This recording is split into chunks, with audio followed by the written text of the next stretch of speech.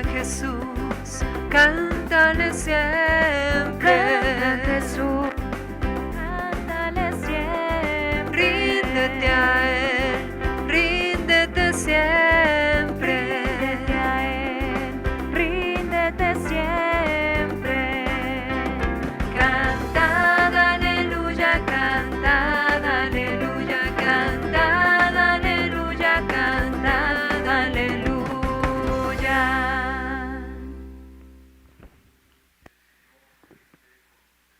Y con tu espíritu.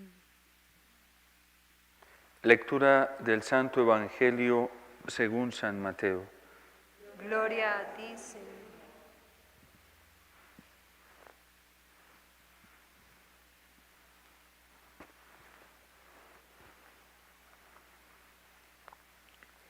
En aquel tiempo dijo Jesús a sus discípulos: No todo el que me dice, Señor, Señor, entrará en el reino de los cielos, sino el que hace la voluntad de mi Padre que está en los cielos. Aquel día muchos dirán: Señor, Señor, ¿no hemos profetizado en tu nombre, y en tu nombre hemos echado demonios, y no hemos hecho en tu nombre muchos milagros? Entonces yo les declararé: Nunca los he conocido. Aléjense de mí los que obran la iniquidad.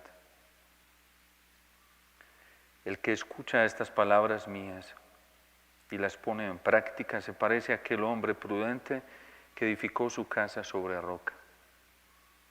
Cayó la lluvia, se desbordaron los ríos, soplaron los vientos y descargaron contra la casa, pero no se hundió porque estaba cimentada sobre roca. El que escucha estas palabras mías y no las pone en práctica se parece a aquel hombre necio que edificó su casa sobre arena. Cayó la lluvia, se desbordaron los ríos, soplaron los vientos y rompieron contra la casa y se derrumbó. Y su ruina fue grande. Al terminar Jesús este discurso, la gente estaba admirada de su enseñanza, porque les enseñaba con autoridad y no como los escribas.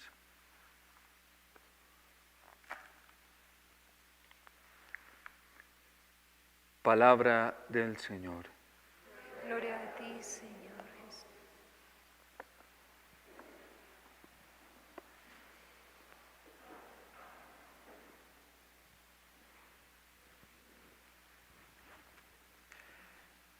Partiendo de la enseñanza dada por el Señor en su palabra, tanto en el Antiguo como en el Nuevo Testamento, y aún partiendo de la súplica que trae la palabra de Dios en los Salmos,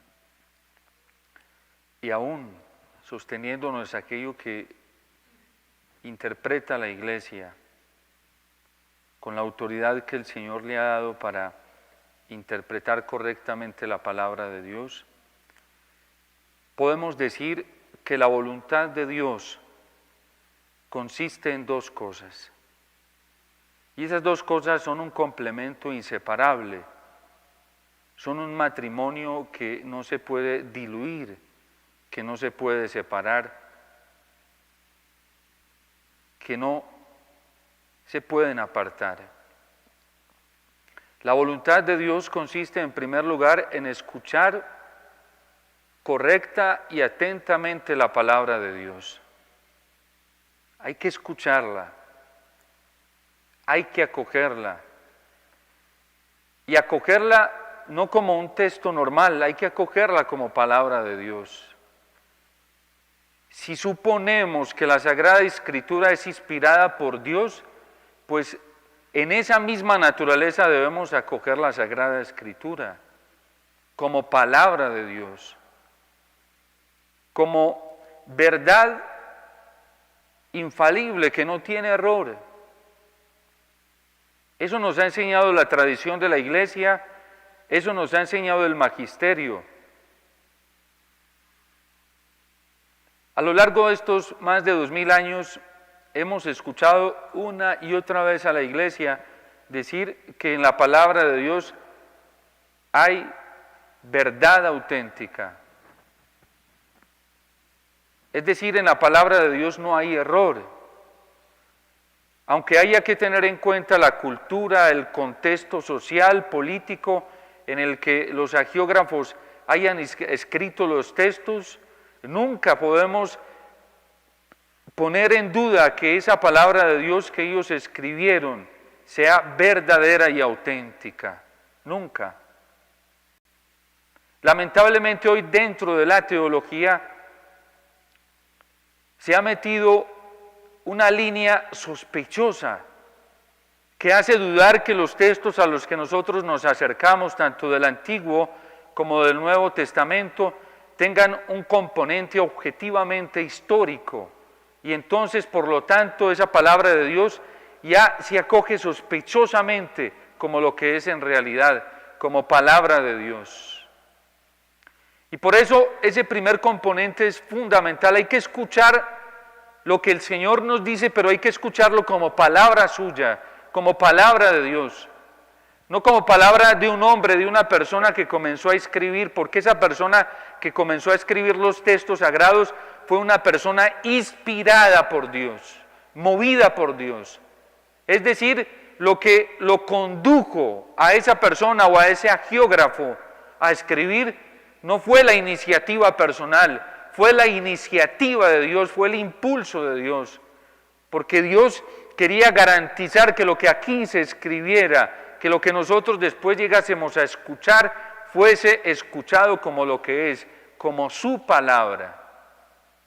Esto sin negar que fue escrito en un contexto particular, que fue escrito en un momento histórico particular, que fue escrito también con un componente cultural y subjetivo como lo tenía el hagiógrafo. El que escucha estas palabras mías, esta es palabra de Dios, lo que nosotros escuchamos, y así hay que recibirla, así hay que acogerla. Cuando el cristiano, cuando el católico, cuando el oyente escucha estas palabras, pero no las escucha como palabra de Dios, ya está desfigurando en su sentido más original y natural lo que escucha. Entonces ese primer componente es muy importante para que se conforme la voluntad de Dios. Y luego viene un segundo componente que es inseparable del primero. El que escucha estas palabras mías y las pone en práctica, es decir, las vive en su conducta, todo su actuar moral está permeado por ese criterio de mis palabras, entonces ese es el que construye sobre roca y no sobre arena. Hoy hay un problema muy grande dentro de la iglesia. Y ese gran problema inicia porque la palabra de Dios ya se mira con cierta sospecha. ¿Será que esto sí será verdad o no será verdad? ¿Será que esto sí fue así o no fue así? ¿Será que Cristo quiso decir esto o quiso decir lo otro? El que escucha estas palabras mías y las pone en práctica. Ya en la época de San Francisco de Asís, cuando el Señor le tocó el corazón a San Francisco y empieza su conversión, una de las cosas que él quiso fue acoger la palabra como venía, como palabra de Dios. Y por eso cuando va y le presenta al Papa la regla, el modo de vida, la conducta que ellos quieren asumir, le presenta el Evangelio. Eso hizo San Francisco, no le presentó otro tipo de constituciones, de reglas, de textos, de normas al Papa. Le dijo, mire, esta es nuestra regla, estas son nuestras constituciones, y le presentó el Evangelio. Y por eso San Francisco de Asís decía que el Evangelio no tiene glosas, no hay que ponerlo, no hay que darle muchas interpretaciones, hay que acogerlo como es. Uno de los grandes problemas en la iglesia, en la crisis de fe, es precisamente en la acogida de su palabra como lo que es, como palabra de Dios. Los padres de la iglesia fueron muy delicados en esto. Orígenes, por ejemplo, un padre de la iglesia del siglo II, más o menos entre el año 150 y el año 215, equiparaba el valor eucarístico al valor de la palabra y le decía a la comunidad, estoy hablando apenas entrando el siglo II, y hay textos de ellos, hay fuentes documentadas de eso, testimonios documentados. Vosotros ponéis sumo cuidado en las celebraciones de que no se caiga ni una partícula del pan consagrado, dice Orígenes. Y hacéis bien, porque en cada trozo, en cada partícula, se encuentra el Cristo total. Esto para tantos que preguntan sobre el valor de la Eucaristía. El valor de la Eucaristía para las comunidades primitivas fue delicado, ellos eran delicadísimos en el trato con la Eucaristía, delicadísimos. Hoy, en nuestra época actual, es que hemos llegado a unas arbitrariedades impresionantes. Por eso el Concilio Vaticano II hizo un llamado muy fuerte a volver a las fuentes, y por eso el Papa Benedicto XVI, cuando inició su pontificado, se esmeró por presentarnos esas fuentes en los padres de la Iglesia, empezando con las catequesis de los apóstoles, y luego continuó con cada uno de los padres de la Iglesia hasta el medioevo. Porque hoy la gente no sabe todo lo que, testimonios documentados de cómo vivían los primeros cristianos la Eucaristía. Hoy, por ejemplo, que se habla tanto de la comunión en la mano, si se recibe o no se recibe en la mano, pues vayan a las fuentes, vayan, miren los testimonios de las comunidades primitivas, de los padres apostólicos, de los padres catequistas. Vayan, miren las fuentes, porque ellos tienen testimonios, hay testimonios documentados, por ejemplo, de los padres del desierto, de los padres capadocios, San Basilio, San Gregorio de Niza, San Gregorio de Nacianceno. Estamos a tan solo primero, segundo, tercero, cuarto siglo de la Iglesia, ahí pegados a la tradición bíblica, a lo que habían recibido del Señor resucitado. Vosotros ponéis sumo cuidado en que no se caiga ni una partícula del pan consagrado al piso, y hacéis bien porque en cada trozo se encuentra el Cristo total. Así lo cuenta Orígenes en una de sus catequesis. No debéis hacer lo mismo con su palabra. Si cuidáis el pan consagrado, que hacéis bien porque hay que cuidarlo, hay que venerarlo, hay que respetarlo, no debéis hacer lo mismo con su palabra. ¿Cómo acogemos nosotros la palabra, los textos bíblicos? ¿Cómo nos acercamos nosotros a la Sagrada Escritura? Nos acercamos con esa conciencia profunda de que lo que leemos es auténticamente palabra de Dios. El que escucha estas palabras. Hoy hay mucha gente que oye una cantidad de cosas, hay gente que viene a la misa y oye el Evangelio, pero lo acoge como palabra de Dios. En las comunidades primitivas hay testimonios de esto. Cuando venía el obispo, que las celebraciones antes pues se atribuían más directamente al obispo, llegaba al ambón, la gente, los cristianos, se mantenían a la expectativa a la hora en que llegaban a leerle la palabra, porque ellos decían que era el ángel quien llegaba a leerles la palabra. Al ministro que se acercaba al ambón se le atribuía el papel del ángel que hablaba. Y por eso, en el libro del Apocalipsis, escribe el ángel a la iglesia de la Odisea, escribe el ángel a la iglesia de Éfeso. Porque es la palabra de Dios la que se está transmitiendo. El que escucha estas palabras mías y luego las pone en práctica. ¿Por qué nuestra conducta moral no corresponde muchas veces a lo que escuchamos? Porque ya en la acogida del texto bíblico, ya muchas veces hay una sospecha de si será o no será lo que Dios nos está pidiendo. Jesús lo dijo, yo no vine a abolir la ley y los profetas. Yo vine a darles cumplimiento. Y les aseguro que aquel que enseñe deformemente la ley, así será tratado en el reino de los cielos. Será el más pequeño en el reino de los cielos. Pero aquel que enseñe la palabra, la ley como es, será grande en el reino de los cielos.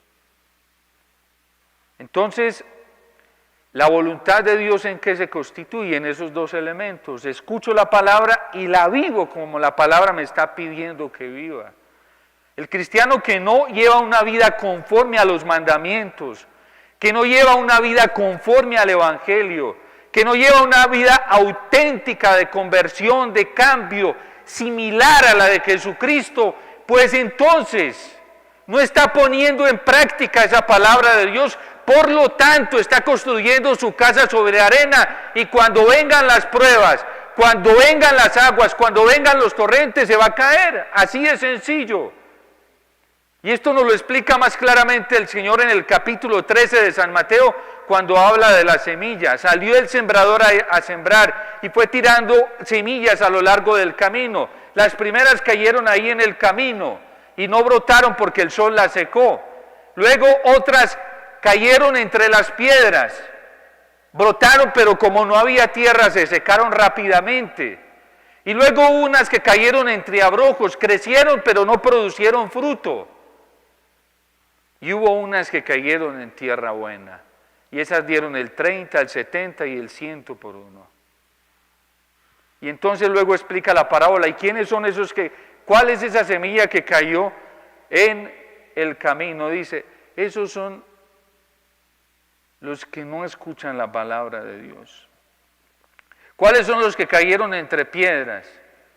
Esos son los que feliz la escuchan, se ponen felices, se emocionan. Y ahora sí, Señor, lo voy a dar todo, ahora sí me voy a convertir. La acogen con alegría, pero no persevera. Viene el mal y se la lleva. Y luego vienen los terceros que caen entre los abrojos, la semilla que cae entre abrojos, la cogen con entusiasmo, con felicidad, pero vienen las pruebas, la tentación de los bienes de este mundo. Cuando nosotros tenemos enganchado nuestro corazón a los bienes temporales de este mundo, a las personas, cuando nos importan más las cosas, las personas, los afectos, los sentimientos personales, incluso los afectos de nuestras personas cercanas, cuando nos importa más eso que Dios, entonces esa semilla no da fruto. Es que el Jesús es muy claro. El que no pospone, el que no pone en primer lugar a Dios antes que a su padre, a su madre, a su hermano, a su hermana, casa, hacienda, por mí no es digno de mí. Y esa es una persona que no está cimentando sobre roca. Y cuando venga la prueba se lo va a llevar, lo va a tumbar, porque no tiene su vida puesta sobre la roca. ¿Por qué San Pablo en medio de tantas tribulaciones se supo mantener siempre en pie? Pues porque no puso su corazón en nada de este mundo. Para mí todo es basura, en eso tan extraordinario que es seguir a Cristo. Y con Él deseo configurarme, probar cada día el poder de su resurrección, tomar parte en sus padecimientos, porque Cristo es lo único que cuenta para mí. Para mí la vida es Cristo, le dice a los filipenses, y la muerte una ganancia. ¿Quién piensa así? El que oye y pone en práctica. La vida cristiana no es un juego, eso no es un mito, una leyenda ahí para cogerla deportivamente. Uy, sí, Señor, qué bonito hablas, qué hermoso eres, Señor, me encanta tu testimonio. Me encanta esos que dan testimonio de ti, fabuloso, y hablamos y nos embalonentamos hablando de aquellos que dan testimonio en la vida cristiana. Pero tú, ¿qué estás haciendo? ¿Tú cómo estás viviendo la vida cristiana? San Francisco de Asís decía que a veces nos envalentonábamos hablando de los santos y hablábamos maravillas de los santos y la vida de los santos y lo estupendo que hicieron los santos, pero ¿tú qué estás haciendo? ¿Tú qué estás viviendo? ¿Tú qué estás reproduciendo? Para eso es la vida de los santos. Dice el prefacio de los santos que ellos son un ejemplo para estimularnos a ir a hacer lo mismo. San Ignacio de Loyola, que es nuestro patrono, él decía, no solamente hacer lo mismo, superarlos. San Ignacio de Loyola era muy ambicioso, porque decía que él quería superar a los santos en la configuración con Cristo. Ese es el que hace la voluntad de Dios. Y un momento como el actual, como en el que vivimos, no está para andarnos por ahí tomando la vida como esperando a ver si siento como si se me aparece a ver un ángel por ahí y me dice, bueno, ya, cambia. Ya se nos apareció en su palabra. ¿Y qué más esperamos? Signos hemos tenido muchísimos. Muchísimos. ¿Qué más estamos esperando? Y se nos va a pedir cuenta de todos esos signos que hemos visto si no hemos respondido correctamente. Porque quizás se nos ha dado mucho más que a otros, para que veamos, para que cambiemos, para que nos convirtamos de una vez para siempre. El que escucha mi palabra y la pone en práctica está construyendo sobre roca. Y el testimonio más claro lo vemos en la primera lectura. Dense en cuenta que a medida de que el reino de Judá, los reyes de Judá se comenzaron a volver mediocres, amañados con los reyes de alrededor, amañados con las cosas de este mundo, comenzó su decadencia. Y hoy nos está hablando el libro de los reyes como Jerusalén comienza a decaer. Ya, la lectura no nos lo va a presentar mañana porque nos van a dar otra opción, pero sencillamente cae el reino del sur. Asedian Jerusalén, la incendian el templo, deportan a todos los ciudadanos más importantes de Jerusalén, se los llevan presos y los llevan para Babilonia. ¿Por qué? Porque escucharon la palabra, sí, se sabían las normas, los preceptos de Dios. Algunos escucharon a los profetas que venían a recordar los mandamientos de Dios, pero no las pusieron en práctica. Lamentablemente a estos reyes les pasó lo mismo que a los reyes del norte y lo que le pasa a tantos cristianos hoy. Padre, pues usted cómo me pide a mí que viva radicalmente el evangelio si mire, tal sacerdote da antitestimonio, tal religiosa da antitestimonio y ellos son los primeros que deben dar testimonio. Pues es que eres tú quien debes poner en práctica la palabra de Dios, ese sacerdote, esa religiosa, cada uno nos vamos a encontrar delante de Dios. San Pablo dice en la carta a los Corintios que él puso los cimientos, que es Cristo, pero ya cada uno mira cómo construye, si con oro, con perlas preciosas, con paja o con heno. El día que pase el fuego abrazando todo eso, se conocerá cómo construyó cada uno. Entonces nos vamos dejando untar de los antitestimonios y nos disculpamos. No hay justificación para ello. Uno cuando mira a los demás no se detiene en su mal ejemplo. Ora si está dando mal ejemplo. Y lo que le sirva de bueno lo toma y si no, no se pone a mirarlo y ya. Y uno sigue su vida hacia adelante mirando, respondiendo a lo que le toca responder. Responderle al Señor. Hoy la gente se disculpa con una cantidad, es que yo no vivo porque es que, mire la iglesia cómo está, miren los padres, hasta obispos, hasta cardenales. Pues déjenos que cada uno nos vamos a tener que presentar delante de mi Dios. A nosotros nos corresponde hacer la voluntad del Señor, acoger su palabra y cumplirla. ¿Y qué le pasó a estos reyes? Decían, pues como el anterior también dio mal ejemplo, que fue mi papá, pues a mí qué me van a pedir. Bueno, ahí vas a asumir las consecuencias. El que escucha mi palabra y la pone en práctica. Así de sencillo es el evangelio, no es otra cosa. Sencillo, claro, no son las buenas intenciones. Nunca No crean que son con buenas intenciones que vamos a entrar al reino de los cielos. Gracias a Dios, esto lo dijo Juan Pablo II en una encíclica que se llama Veritatis Splendor. En la vida moral no son suficientes las buenas intenciones. A las buenas intenciones hay que añadirle la conducta, el obrar, para que el acto moral sea bueno. Pues en la iglesia todos estamos llenos de buenas intenciones. Pero tú, ¿cómo estás dando testimonio de esas intenciones que tienes? Yo quiero ser santo. Yo quiero convertirme, yo quiero amar al Señor, yo quiero darlo todo por Dios. Ay, ¿qué estás haciendo para ello? ¿Qué estás haciendo para ello? ¿Cuál es el diezmo que estás poniendo para ello? ¿Cómo te estás diezmando? Si ni siquiera evitas la ocasión de pecado y la sigues. Es que aquí estoy esperando que venga Dios y me ayude para no caer en la tentación. El Señor ya te ayudó, ya te dio la gracia para que no caigas.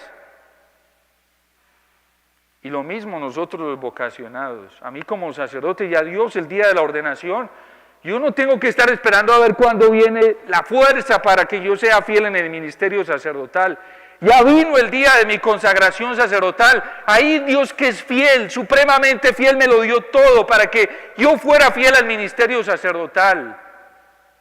El día que yo hice mis votos perpetuos, fue allí donde Dios me capacitó totalmente para que yo fuera fiel a mis votos perpetuos.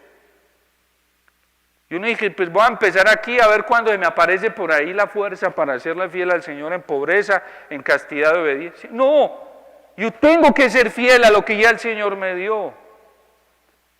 Eso es como cuando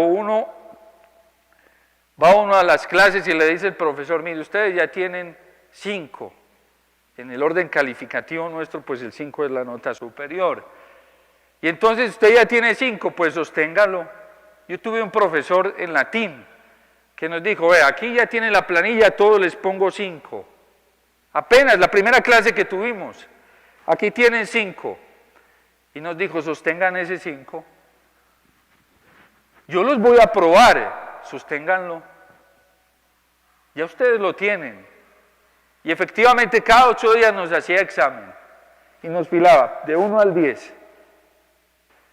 Y entonces un texto de latín comienza, tú, sigue tú, ay, te equivocaste, bajas un puesto. Ya bajaste en el 5, ahora ¿cómo lo vas a recuperar nuevamente? El bautismo a nosotros nos capacitó para ser santos, nos hizo santos, no era que recibimos el bautismo a ver si algún día llegamos a ser santos, no, nos hizo santos e inmaculados. Y esa gracia del bautismo, ¿cómo la tenemos cada uno? El día de la consagración religiosa, se nos dio todo el paquete completo. Ahí estábamos con el paquete completo de fidelidad a los votos. Es que si no Dios fuera injusto, imagínense, me va a llamar algo sin darme la fuerza suficiente para responderle.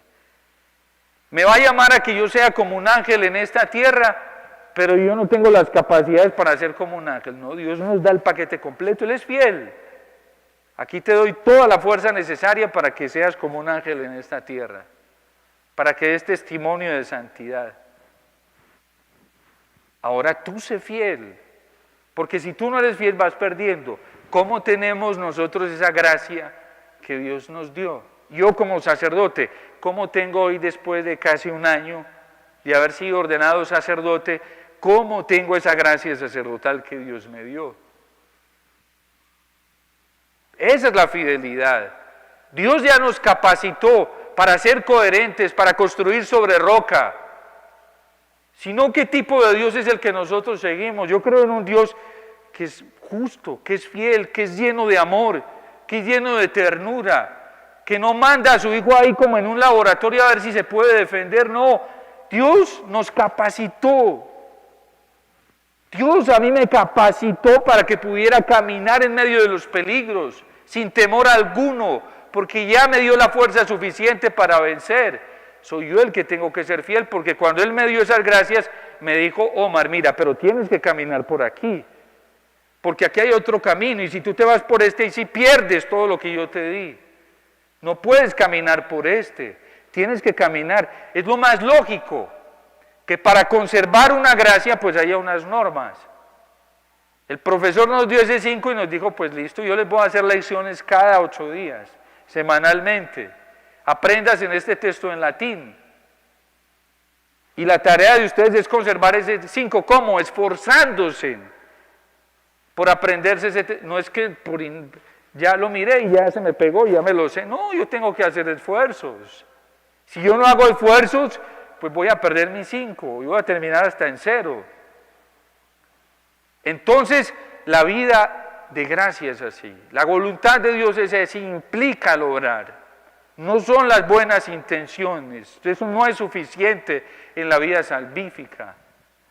Jesucristo dijo que nos amaba y nos demostró cómo nos amaba en la cruz. Nosotros le decimos a Dios que lo amamos y tenemos que demostrarle en el día a día, minuto a minuto, cómo es que lo amamos. Decimos que amamos al prójimo, eso tenemos que demostrarlo en el perdonando, amando al prójimo, aceptándolo, sin guardar resentimientos, sin guardar odios. ¿Cómo lo estamos haciendo? Eso es demostrando, la vida cristiana es demostrándola, dando testimonio. Y esa es la exigencia del Evangelio. Yo solo parto de lo que dice el Señor en su palabra, pues porque ese es mi deber, anunciar lo que trae el Señor en su palabra. El que escucha estas palabras mías y las pone en práctica, se parece a aquel hombre prudente que edificó sobre casa, sobre roca. Nada lo va a derribar en este mundo. El que haga esto no tenga miedo a nada, no le tenga miedo a nada. El que viva así no le tenga miedo a nada ni a nadie, no le va a pasar nada, pues porque Dios no va a dejar que perezca ni uno solo de nuestros cabellos. Entonces pidámosle la gracia al Señor de ser cristianos coherentes con su voluntad. Dios te salve María, llena eres de gracia, el Señor es contigo, bendita tú eres entre todas las mujeres y bendito es el fruto de tu vientre Jesús. Santa María, Madre de Dios, ruega por nosotros pecadores, ahora y en la hora de nuestra muerte. Amén.